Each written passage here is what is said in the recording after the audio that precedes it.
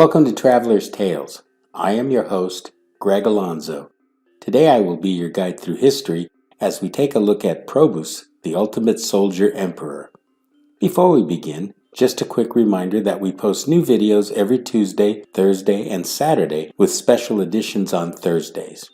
Moving right along, mythology tells us one thing, while archaeology tells us another. Who was Probus? When did he rule? Was he brilliant on the battlefield?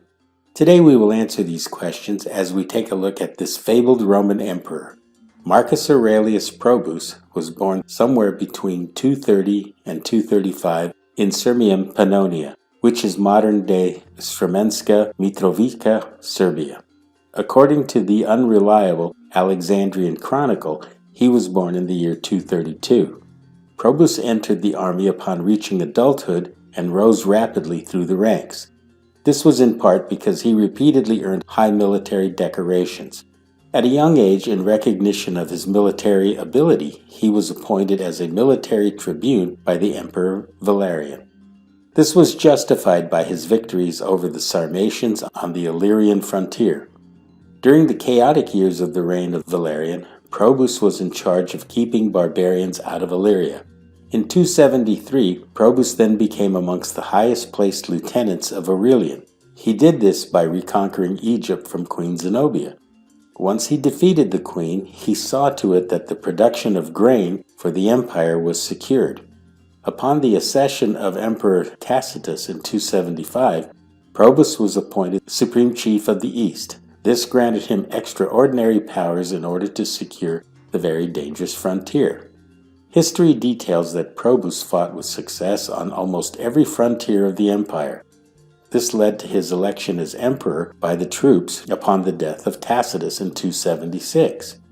After repelling the foreign enemies of the empire, Probus was forced to handle many internal revolts.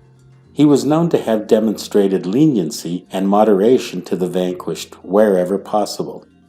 Next, Probus traveled west, defeating the Goths along the lower Danube.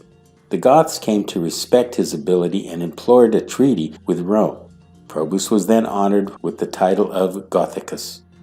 Next, Probus successfully campaigned in Gaul against the Alemanni and the Longiones.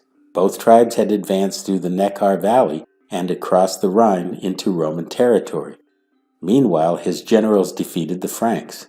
These operations were directed to clearing Gaul of the Franks and the Burgundian invaders. During the campaign, the entire nation of the Lugii was extirpated. Once Gaul was secured, Probus then had his legionaries plant and establish vineyards throughout the land. Those veterans who had reached retirement were awarded land for themselves. It is also interesting to point out that Probus had practiced the same form of land distribution in Pannonia. These victories led to more titles being bestowed upon Probus. These were Gothicus Maximus and Germanicus Maximus. According to ancient historians, these battles saw the death of some 400,000 barbarians. During the reign of Probus, constitutional authority of the Roman Senate was fastidiously maintained. The victorious emperor, who carried his legions to victory over the Rhine, professed himself dependent on the sanction of the Senate.